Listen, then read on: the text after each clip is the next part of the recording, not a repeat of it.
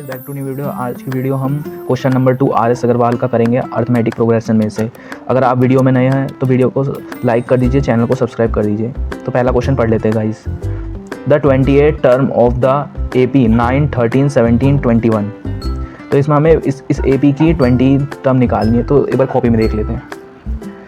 तो पहले हम इसका A देख लेते हैं। A हो गया इसका 9, आपने पढ़ा होगा, इससे पहले वाली वीडियो देख लीजिएगा अगर आपको समझ में नहीं आ रहा तो।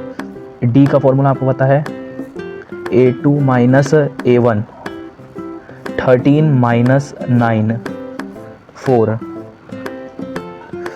फिर हम पे A आ गया, D आ गया, हमें A20 निकालना है।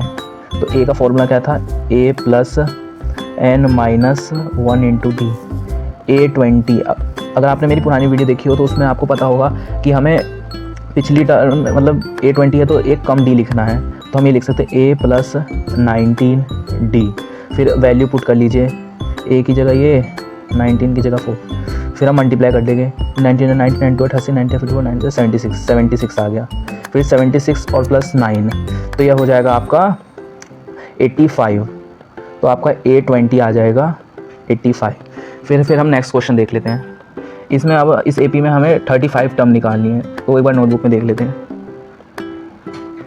तो वैसे ही इसमें पहले A लिख लेंगे, A equals to 20, D equals to A2 minus A1, 17 minus 20 equals to minus का 3। फिर हमें इसमें 35 निकालना है, A35।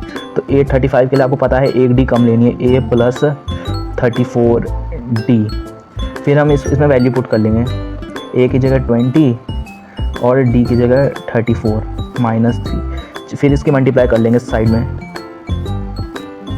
3 4 जा 12, 3 3 जा 9 10 माइनस का 102।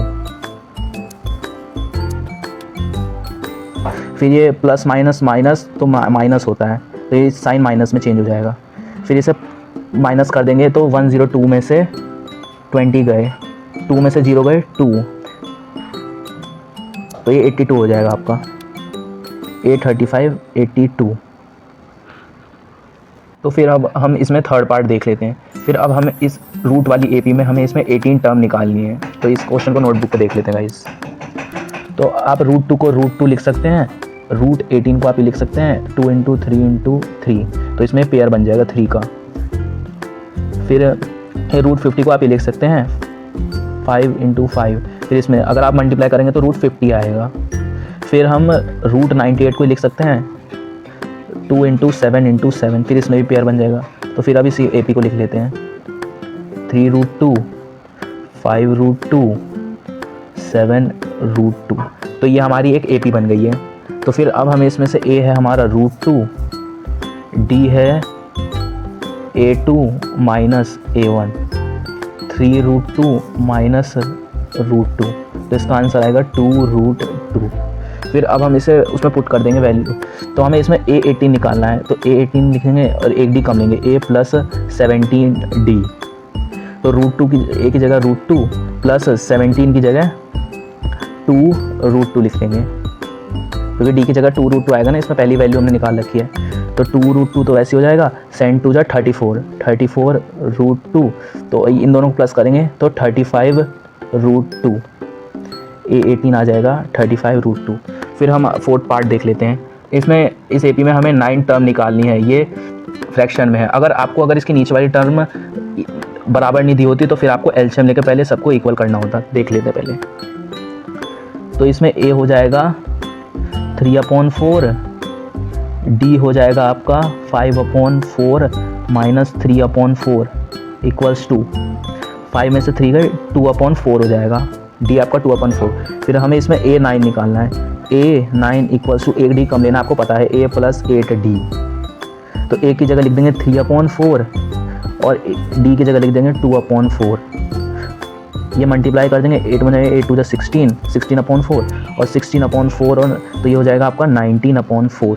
A9 आ गया 19/4। अगर आपको स्क्रीनशॉट लेनी है तो आप ले सकते हैं। फिर अब हम इसका फिफ्थ पार्ट देख लेते हैं गाइस। इसमें -14, -15, 10, 35, तो इसमें भी हम देख लेते हैं क्वेश्चन कॉपी में। तो इसमें A हो जाएगा आपका -40, D हो जाएगा आपका -15 माइनस, और अगर आपने पढ़ा हो माइनस इंटू माइनस प्लस में चेंज होता है तो इसके साइन चेंज हो जाएंगे। फिर 40 में से 15 गए तो 25 प्लस का जिसका साइन बढ़ा उसका साइन लगता है इस आंसर में। तो फिर हमें इसमें A15 निकालना है, तो आपको पता है एक डी कम लेना है, A प्लस 14D। तो फिर A की जगह -40 और D की जगह 25, फिर साइड में मल्टीप्लाई कर लेते हैं।